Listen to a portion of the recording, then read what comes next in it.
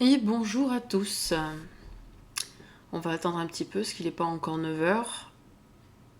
On va commencer peut-être un peu avant. Donc déjà, j'espère que tout le monde va bien, que tout le monde a passé un bon week-end.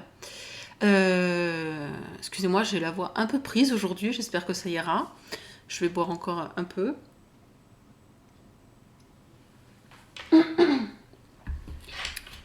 Voilà, voilà. Les aléas de l'hiver. Euh, donc, voilà, j'espère que du coup tout le monde a passé un bon week-end. Donc nous sommes aujourd'hui le 8, le lundi 8, et le sujet du jour va être donc le minimalisme. Donc voilà, on va discuter un petit peu d'où ça vient, voilà, d'où vient ce mouvement, où est-il né. À la base, c'était, enfin, je l'expliquerai après. Et voilà, donc où est-ce qu'il est revenu et qu'est-ce qu'il en est maintenant de ce mouvement, de quoi il s'agit, quels sont les principes, je dirais, règles à suivre concernant ce mouvement quand on s'identifie comme un minimaliste. Et au final, qu'est-ce qu'il faut en retenir, vraiment, qu'est-ce qui est vraiment important là-dedans. Voilà, voilà.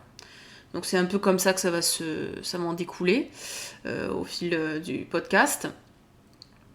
Voilà, voilà. Bon, bah écoutez, je pense qu'on va commencer maintenant, un peu en avance, c'est pas grave. Voilà, donc déjà, petit moment, voilà. Donc, vous pouvez retrouver du coup le podcast tous les lundis matins. Donc cette semaine, c'est le minimalisme. Ensuite, les On papote sans pression. Euh, c'est quand j'ai le temps, je me connecte et du coup, je regarde des articles et on les commente ensemble. Donc, bien évidemment, toujours pareil, les mêmes sujets, écologie, tout ça, tout ça. Et le vendredi, donc ce vendredi, c'est la matinale, comme tous les vendredis, et nous parlerons de la COP26 qui se termine dimanche. Donc, on en saura un peu plus sur ce qui s'est dit et passé. Nous parlerons aussi d'un sujet qui pour moi est important et qui est pour la plupart du temps pas médiatisé en ce moment donc, et qui est important selon moi d'en parler. Euh, la semaine dernière c'était le nucléaire, donc c'était je pense assez intéressant pour beaucoup d'entre vous. Et ensuite, les bonnes nouvelles écologiques de la semaine. Donc, je regarde au hasard les petites nouvelles positives qu'on a eues dernièrement et j'en parle un petit peu. Et ensuite, l'aliment de la semaine, l'aliment de saison, bien évidemment. Et cette semaine, on va parler des châtaignes. Voilà, parce que où je vis, il y en a beaucoup. Je suis allée en chercher. Je suis en train de les transformer. Donc, il y en a que j'ai cuit, etc. Donc, j'expliquerai un petit peu tout ça. Et puis, les bienfaits de la châtaigne aussi. Voilà, voilà. Donc, on va commencer donc à en parler. Donc, le minimalisme, qu'est-ce que c'est ? D'où ça vient à la base? Alors à la base, c'est un mouvement qui vient des États-Unis dans les années 60. Je parle d'un mouvement artistique. C'était représenté par des peintres contemporains qui ont créé en fait l'art minimaliste dans les années 60 aux États-Unis. Alors, à la base, c'est ça. Ce mot vient de là, tout simplement. Et hormis le côté artistique, ce n'est pas ressorti avant, enfin c'est resté entre guillemets en sommeil un bon moment, hormis la peinture, etc. Et c'est réapparu au Japon. Il n'y a pas très longtemps, voilà, les Japonais ont commencé à s'initier, à créer le mouvement du minimalisme, qui consiste donc à se débarrasser du superflu dans nos vies, que ce soit physique, c'est-à-dire des choses qui encombrent notre espace, notre appartement, etc., mais aussi le côté zen, dans le sens où de se détacher du superflu au niveau mental et garder que les bonnes choses qui nous font du bien, les choses qui ont de l'importance, qui ont des valeurs pour nous. Voilà, donc en fait le minimalisme c'est revenu en force au Japon et je pense que vous la connaissez ou si vous la connaissez pas, vous pouvez toujours regarder à Marie Kondo. Marie Kondo est une essayiste japonaise qui vit à Tokyo, enfin qui est de Tokyo et qui est très axée sur le développement personnel, et du coup cette femme a fait une émission, elle a fait un livre aussi où elle va chez les gens et elle leur apprend à se détacher du superflu, elle leur apprend à avoir un espace ordonné, elle leur apprend ses techniques de rangement.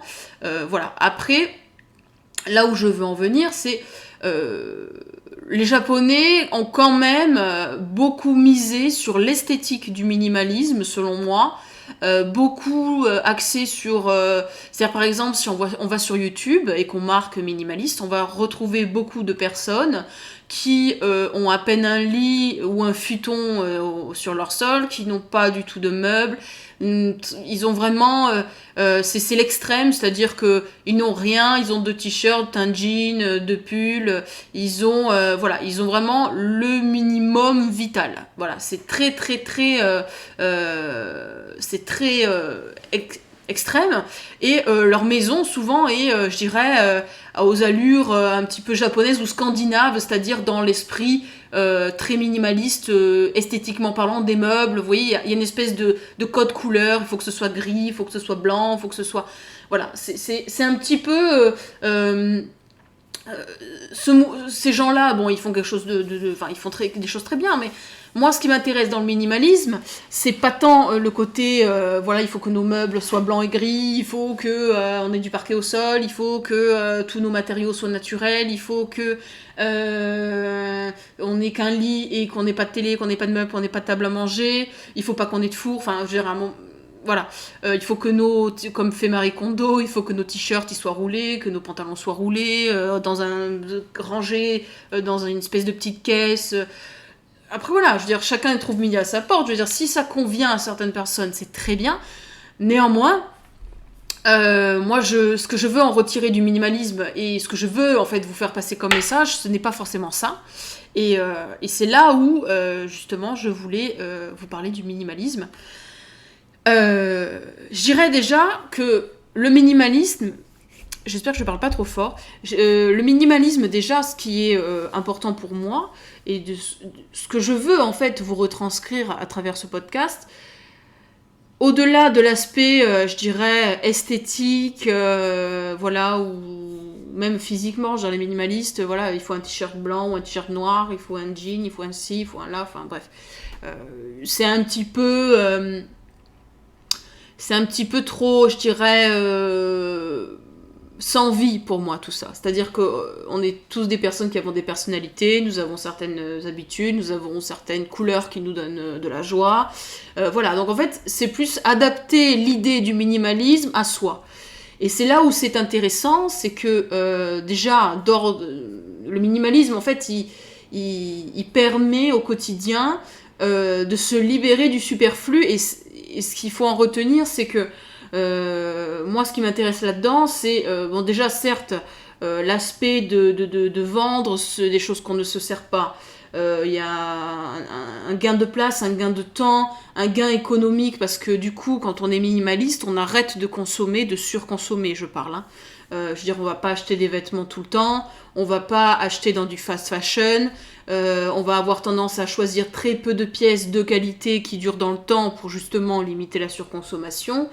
On va aussi se libérer du temps pour des activités, je dirais, un peu plus hors écran. On va avoir envie de se recentrer sur soi. C'est des gens qui sont souvent axés aussi sur la méditation, sur voilà, le développement personnel. Donc il y a tout ce côté, voilà, se libérer du temps pour la lecture. Voilà, c'est des gens qui veulent recentrer leur vie sur d'autres choses que la surconsommation, le fait de posséder des tas de choses auxquelles on ne se sert pas forcément.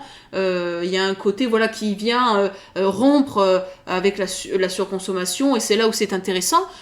C'est là où moi, ce que je veux en retirer de ça surtout, c'est Au final, faire comme faisaient nos grands-parents à l'époque, il faut bien penser que nos grands-parents à l'époque, ils n'avaient pas le fast fashion, et quand ils allaient s'acheter un costume, un vêtement, un pull, soit ils le faisaient eux-mêmes, soit ils allaient l'acheter dans un magasin, ça leur coûtait beaucoup d'argent, et ils le gardaient 20 ans.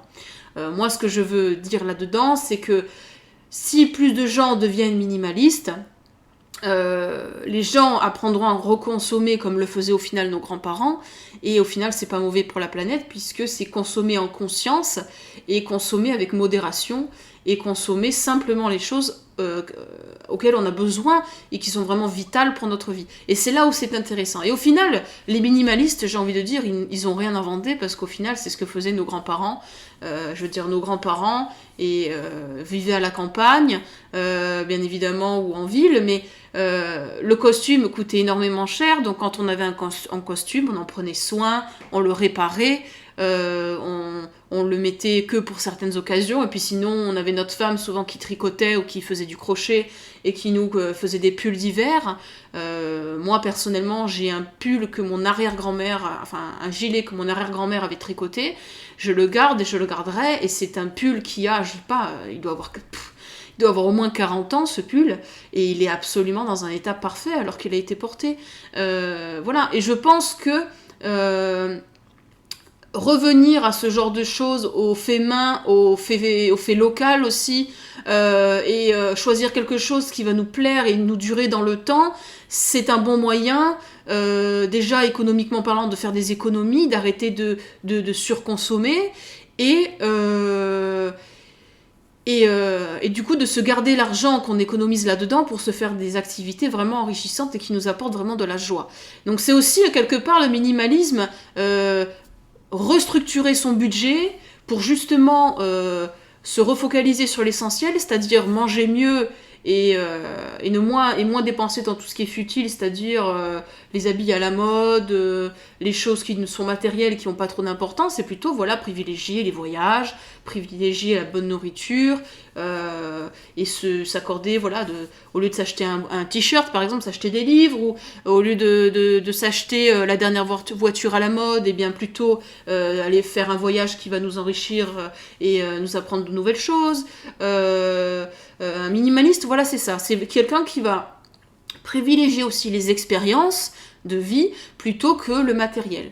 Et c'est là ce qui est intéressant, c'est que au-delà de l'aspect du coup écologique, qui est quand même bien parce que le fait de moins consommer, ça nous permet du coup d'avoir une empreinte carbone qui est moindre, et du coup on est plus respectueux de l'environnement, et en plus on s'habille du coup avec des vêtements aussi de seconde main, je veux dire pardon, ça a fait du bruit, du seconde main, et du coup on crée un système économique circulaire, c'est-à-dire qu'on n'est plus dans j'achète, je mets, je jette, qui est linéaire.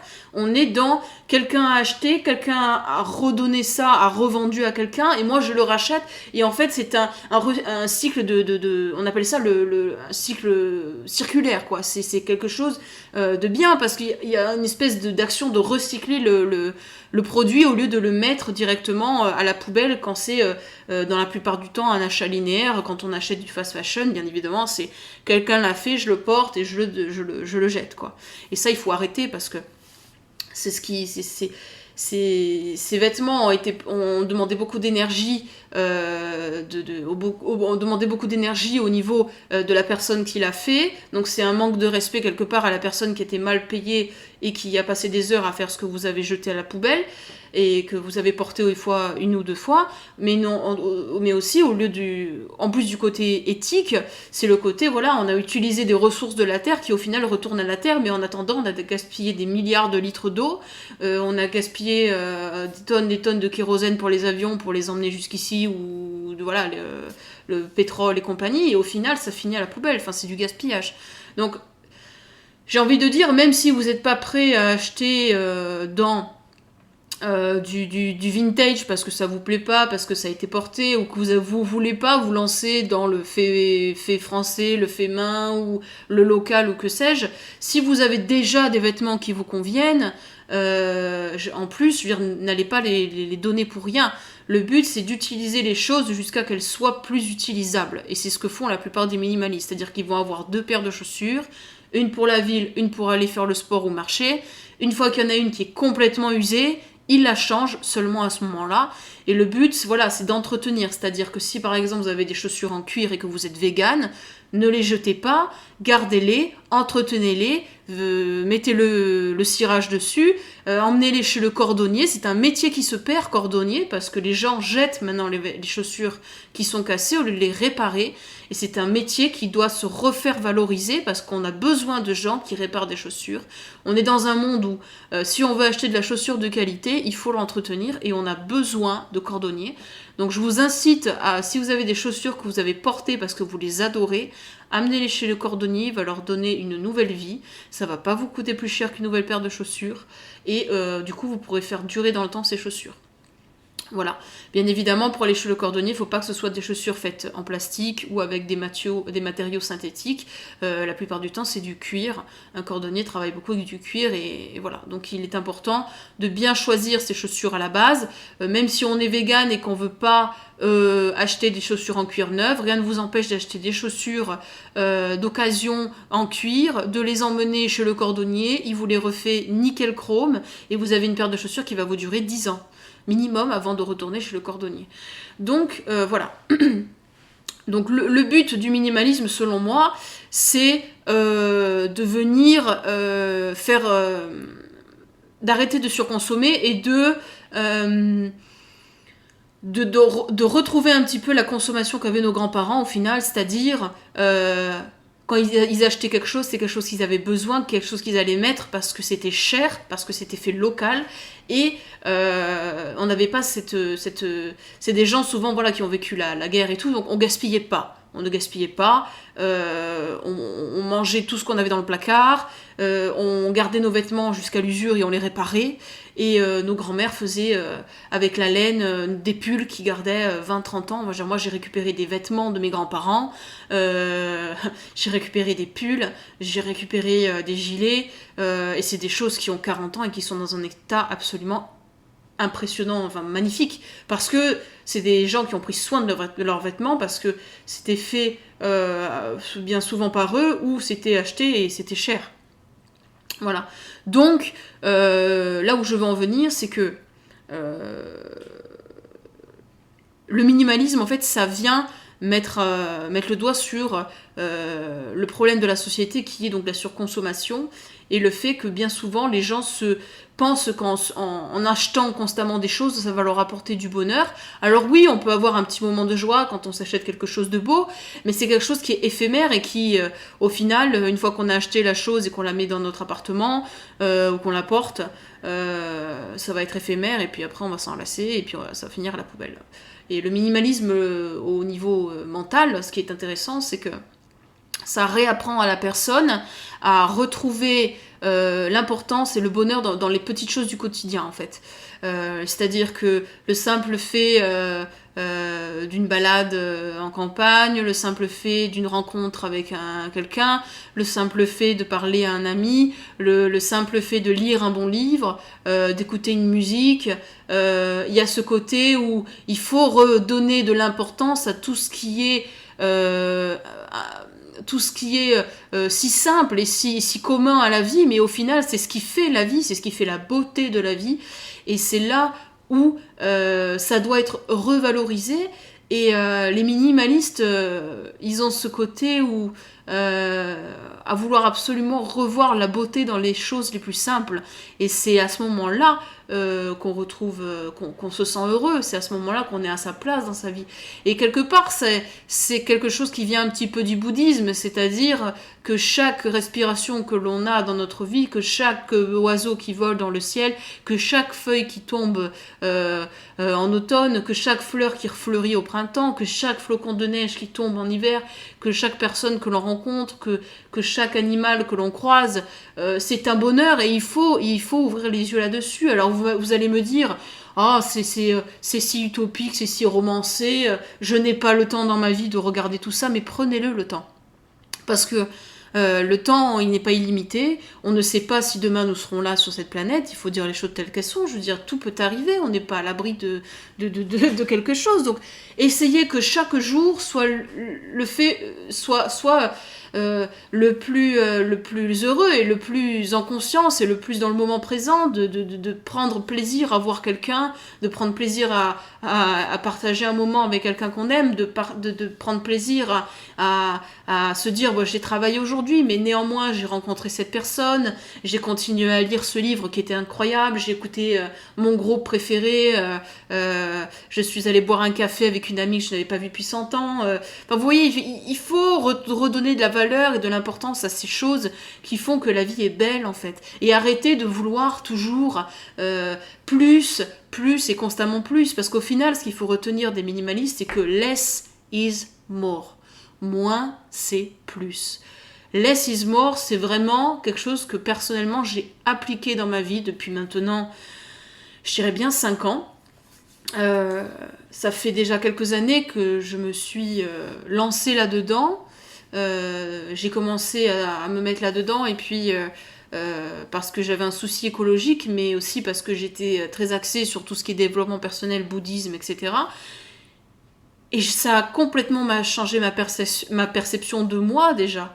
Parce que par exemple, quand on est minimaliste, on se rend compte qu'on n'a plus besoin d'artifice pour se sentir bien dans sa peau. On se rend compte qu'on n'a plus besoin de tonnes et de tonnes de temps de préparation le matin pour commencer sa journée. Je veux dire, il suffit qu'on soit bien avec soi, quand on se regarde dans le miroir, ça nous ouvre les yeux sur plein de choses en fait. Et d'avoir un esprit beaucoup plus, je dirais, sain comme ça, d'être beaucoup plus en accord avec soi, d'être beaucoup plus dans la simplicité, de contempler les choses, de prendre plaisir aux choses simples de la vie. C'est là où on se rend compte que, au final, le bonheur, il ne tient qu'à ça. C'est simplement ouvrir les yeux sur la vie elle-même, ce qui se passe autour de nous, et les choses que la nature nous donne aussi, les merveilles, je veux dire, le chant d'oiseau le matin, le chat du voisin qui vient vous saluer devant le pas de votre porte, la rencontre avec la voisine que vous aimez bien, votre ancienne collègue de travail avec qui vous allez boire un café, tout ça c'est le bonheur en fait. Et il suffit juste de se donner la peine d'essayer de se dire, voilà, dans ma vie, je veux que des choses qui aient d'importance, physiquement déjà. Donc on va faire le tri chez soi. On va se débarrasser de vieux vêtements qui nous plaisent plus, où on se sent pas bien dedans. On va garder que les choses qui nous apportent de la joie et que quand on les met, on se sent bien. On va garder des objets de valeur, seulement ceux qui sont de la valeur. Par exemple, moi je peins et je ne jetterai jamais mes cadres. Mes tableaux, c'est ma fierté, je les aime, je les expose et je ne pourrais pas avoir des murs blancs par exemple comme les minimalistes de YouTube ont beaucoup. Moi il me faut mes cadres, l'art pour moi c'est important, l'art m'apporte du bonheur, les couleurs m'apportent du bonheur. Donc chez moi j'ai des cadres, je suis une fanate de plantes, j'ai beaucoup de plantes chez moi, mais par contre vous ne trouverez pas de télé parce que ça ne m'apporte pas de bonheur, vous ne trouverez pas tout ce que je n'aime pas, en fait. Vous trouverez simplement ce qui me représente, c'est-à-dire l'art, les plantes, les couleurs, parce que j'aime bien les couleurs, donc ma garde-robe n'est pas blanche et noire. J'ai pas beaucoup de vêtements, j'en ai pour les 4 saisons, mais j'ai que des choses que je pourrais mettre pendant 10 ans, 15 ans, 20 ans, 30 ans. Quand j'achète une paire de chaussures aujourd'hui, je sais que je vais la mettre des années. Quand je vais faire mes courses, je vais choisir des aliments qui m'apportent du bonheur et je sais qu'ils vont, nutritivement parlant, qu'ils vont être bons pour moi, bénéfiques. Je vais être attirée par les couleurs des légumes, je vais être attirée par la beauté en fait. Mais la beauté, pas que la beauté extérieure, c'est-à-dire ce que va m'apporter la chose. Quand je rencontre quelqu'un et que je me lie d'amitié avec cette personne, ce n'est pas parce que physiquement elle a une belle plastique, c'est parce qu'elle a une belle beauté à l'intérieur d'elle-même, parce qu'elle a une âme qui qui me chamboule parce que cette personne m'apporte quelque chose, parce que c'est des gens enrichissants. Et il faut revoir tout ça, c'est-à-dire vos relations aussi. Est-ce que la personne que vous côtoyez dans votre vie vous apporte tout ça ? Pas seulement l'extérieur, mais l'intérieur. Est-ce que vous voyez ? Parce que la beauté physique, elle n'est qu'éphémère. Ce qui compte au final, c'est ce qu'on a à l'intérieur. Je veux dire, quand on va être vieux, on va tous finir pareil. Je veux dire, qu'est-ce qui va en rester de tout ça ? Il faut mieux que la personne, elle soit à l'intérieur, et qu'elle ait une belle âme, qu'elle ait un grand cœur, qu'elle vous apporte quelque chose, qu'elle vous tire vers le haut, que ce soit quelqu'un de positif. Et au final, c'est ça qu'il faut retenir. C'est que tout ce qui est matériel, tout ce qui est dans notre appartement et qui nous encombre, on n'a pas besoin de tout ça. On a juste besoin de garder ce qui nous apporte de la joie. Même si c'est pas accordé, même si c'est pas la déco, voilà, minimaliste, épurée, moderne qu'on veut, mais si ça vous apporte de la joie d'avoir 4 milliards de tapis perses parce que vous êtes fanatique de tapis perses, que vous aimez avoir 4 milliards de cadres parce que au final c'est ce qui vous apporte de la joie, mais par contre vous n'avez pas de télé, vous avez un canapé, un lit et une table de cuisine et c'est tout ce qu'il vous faut, mais voilà, faites. Mais c'est ça en fait qu'il faut retenir dans le minimalisme, c'est ce côté de je veux être heureux dans ma vie, du coup je ne veux avoir seulement dans ma vie que des choses qui m'apportent de la joie, qui m'apportent du bien-être et me libérer du superflu qui m'encombre et qui empêche cet accès au bonheur, tout simplement. Voilà, je crois que j'ai tout dit, ce que je voulais dire. J'espère que ce podcast vous a plu. N'oubliez pas que dans la semaine, je vais sûrement me connecter pour un On Papote sans pression. Du coup, vous pouvez vous abonner à mon Twitch, à mon YouTube, à mon Twitter, à mon Instagram. Il y a les liens dans la description, dans ma bio. Vous serez donc avertis par Twitch du coup quand je fais un On Papote sans pression. Et puis, on se donne rendez-vous du coup, comme tous les vendredis matin, pour la matinale, et comme je vous ai dit, on parlera de la COP26, nous parlerons d'un sujet que je n'ai pas encore choisi, d'écologie, et qui me paraît important d'en parler maintenant, et nous parlerons du coup aussi de l'aliment de la semaine, des bonnes nouvelles écologiques. Voilà, écoutez, je vous remercie de m'avoir écouté. Je voulais aussi remercier du coup mes quelques nouveaux abonnés à la chaîne, ça m'a fait très très plaisir, je vous remercie.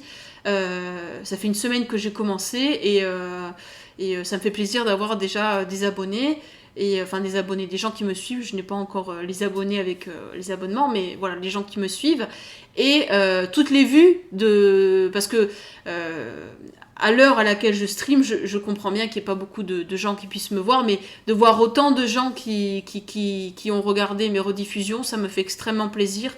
Voilà, donc merci 1000 fois.